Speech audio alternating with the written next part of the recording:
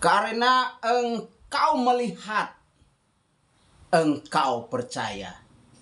Berbahagialah mereka yang tidak melihat tetapi percaya. Bersama Yesus ada masa depan, bersama Yesus masa depan cemerlang. Pasti, pasti, pasti. Saudaraku yang saya kasihi di dalam Tuhan Yesus Kristus. Kita membahas penampakan Yesus. Dan saya mulai dengan pendahuluannya. Pertengahan Maret tahun 2020 yang lalu, tampil video dengan lagu asli Sengaja Aku Datang ke Kotamu dengan aransemen berbeda karena COVID-19. Maka menjadi anak sekolah belajar di rumah, guru bekerja di rumah, tidak bisa ke sekolah. Anak-anak tak bisa berkunjung ke rumah temannya. Sampai dengan saat itu, walaupun sudah rasa atau di masa relaksasi, masih juga terpaksa belajar di rumah. Dan pada waktu itu menunggu keputusan bisa masuk sekolah. Keputusan akhirnya dibuat bervariasi. Sekolah yang kelas 9 SMP dan kelas 12 SMK SMA, mereka masuk dan bergantian.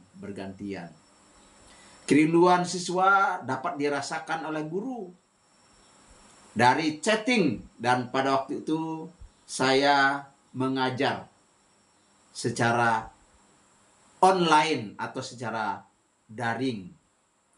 Nah, cuitan baik di WA maupun di daring di dunia maya. Setelah bertemu dengan beberapa guru, tidak boleh salaman. Cukup pakai kode tertentu.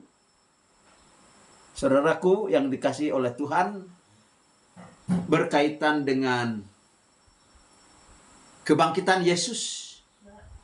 Yesus Guru Agung mengunjungi orang-orang yang dikasihinya. Tentu saja bukan karena COVID, karena Yesus sudah bangkit. Karena Yesus mengerti bahwa para muridnya itu sangat merindukannya. Mereka memerlukan kehadiran Yesus. Mereka memerlukan Yesus untuk membuktikan bahwa apakah Yesus sungguh-sungguh sudah bangkit atau hanya khayalan-khayalan mereka yang menceritakan kalau ia sudah bangkit. Salah seorang muridnya, Thomas, dia tidak mudah percaya. Ya, setelah Yesus mati, ia bangkit dan ia mengunjungi para muridnya beberapa kali dalam penampakan dirinya yang sudah bangkit dari kematian. Dia hidup dan dia berkuasa. 40 hari 40 malam setelah dia bangkit, dia tidak langsung naik ke surga, tapi dia menampakkan diri. Dia mengunjungi murid-muridnya. Saudaraku yang dikasihi di dalam Tuhan Yesus. Ketika ruangan terkunci, Yohanes pasal 20 ayat 19, ketika hari sudah malam pada hari pertama minggu itu, berkumpullah murid-murid Yesus di suatu tempat dengan pintu-pintu yang terkunci karena mereka takut kepada orang-orang Yahudi. Pada waktu itu datanglah Yesus dan berdiri di tengah-tengah mereka dan berkata, "Damai sejahtera bagi kamu." Yesus menampakkan dirinya di ruangan itu, ya, walaupun pintunya terkunci. Alangkah senangnya murid-muridnya itu. Sungguh hari yang menggembirakan, bukan? Dapatkah kau hitung sudah berapa kali Yesus menampakkan dirinya kepada pengikut-pengikutnya? Setidaknya ada 3 kali, bukan? Matius pasal 28 ayat 16. Dan ke-11 murid itu berangkat ke Galilea, ke bukit yang telah ditunjukkan Yesus kepada mereka. Mengapa salah satu muridnya bernama Thomas, tidak gampang percaya berita tentang kebangkitan Yesus? Jawaban yang jelas adalah karena ia tidak melihat, karena ia tidak hadir. Mengapa ia tidak hadir? Mengapa ia ragu-ragu? Saya bertanya kepada Google, dan ini hasil pertanyaan saya. Rasul Thomas tidak hadir saat penampakan pertama Yesus kepada para rasul karena ia tidak bersama mereka saat itu. Alasan tepat mengapa ia tidak ada, tidak hadir, tidak disebut secara eksplisit di dalam Alkitab. Namun ketidakhadirannya memungkinkan Thomas untuk memiliki pengalaman pribadi dengan Yesus yang kemudian menjadi dasar kepercayaannya. Ini menurut The Catholic Company. Nah, penjelasan lebih rinci. Yohanes pasal 20 ayat 24 sampai 31. Di dalam Injil Yohanes disebutkan bahwa Thomas tidak bersama-sama rasul-rasul saat Yesus pertama kali menampakkan diri kepada mereka setelah Yesus bangkit. Nah, mengapa ia ragu-ragu? Thomas dikenal karena keraguannya dan ketidakpercayaannya. Awalnya pada kesaksian rasul-rasul lain tentang kebangkitan Yesus, ia menyatakan bahwa ia tidak akan percaya sampai ia dapat melihat, bahkan menyentuh bekas paku di tangan dan luka di lambung Yesus. Nah, saudara-saudaraku. Tapi yang berikutnya, 8 hari kemudian, Yesus kembali menampakkan diri kepada para rasul, termasuk Thomas hadir. Kali ini, Thomas diperbolehkan untuk melihat, untuk datang kepada Yesus, menyentuh bekas-bekas luka Yesus, yang akhirnya meyakinkan bahwa Yesus sungguh-sungguh bangkit. Nah, saudara-saudaraku, makna keraguan yang dilakukan oleh Thomas ini menurut saya adalah sebagai sikap kritis. Kita tidak boleh langsung percaya, langsung terima, langsung ditelan mentah-mentah. Harus di-sharing, harus dicerna, harus dianalisis. Dan kita harus menggunakan akal sehat. Setelah itu baru beriman. Ada juga orang yang beriman dulu baru menggunakan akal sehat. Ya terserah. Tergantung kepada panggilan keselamatan masing-masing.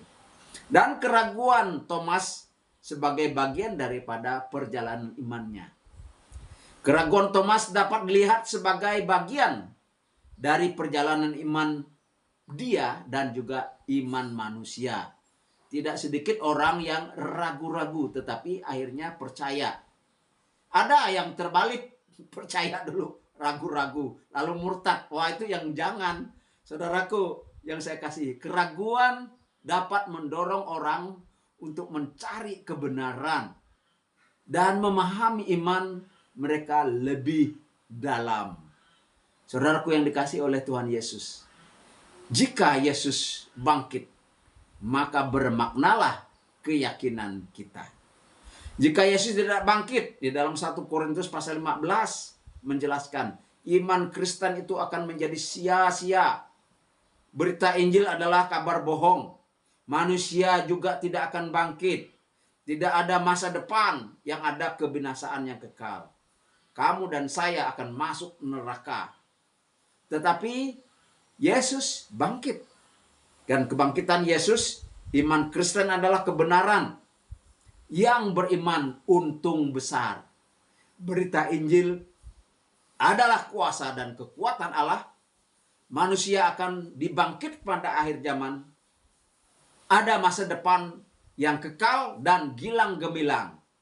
Saya dan kamu, orang yang percaya, masuk surga milik Yesus Kristus. Dalam 1 Korintus pasal 15 ayat 3. Sebab yang sangat penting telah kusampaikan kepadamu, yaitu apa yang telah kuterima sendiri, ialah bahwa Kristus telah mati karena dosa-dosa kita sesuai dengan kitab suci. Bahwa ia telah dikuburkan dan bahwa ia telah dibangkitkan pada hari yang ketiga sesuai dengan kitab suci. Bahwa ia telah menampakkan diri kepada Kefas dan kemudian kepada ke-12 muridnya. Sesudah itu ia menampakkan diri lebih dari 500 saudara sekaligus. Kebanyakan dari mereka masih hidup sampai sekarang. Sampai Rasul Paulus menulis surat itu. Tetapi beberapa di antaranya telah meninggal. Selanjutnya ia menampakkan diri kepada Yakobus, kemudian kepada semua rasul. Lalu terakhir Yesus menampakkan diri kepada Rasul Paulus.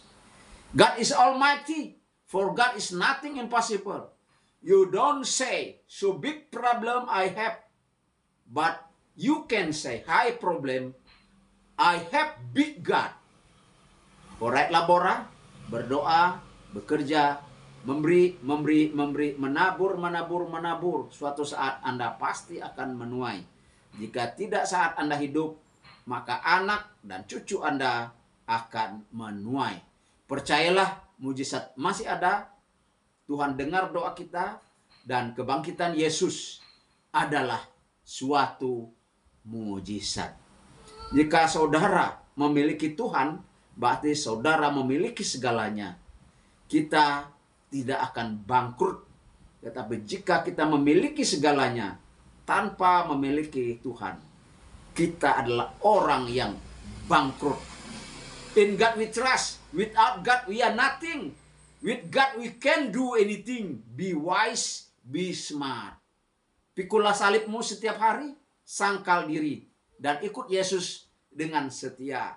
Jika orang mengolok, mengejek, abaikan itu. Itu adalah bagian daripada memikul salibmu. Maju terus di dalam Tuhan. Jangan kasih kendor. Gaspol. Bersama Yesus ada masa depan. Bersama Yesus masa depan cemerlang. Pasti.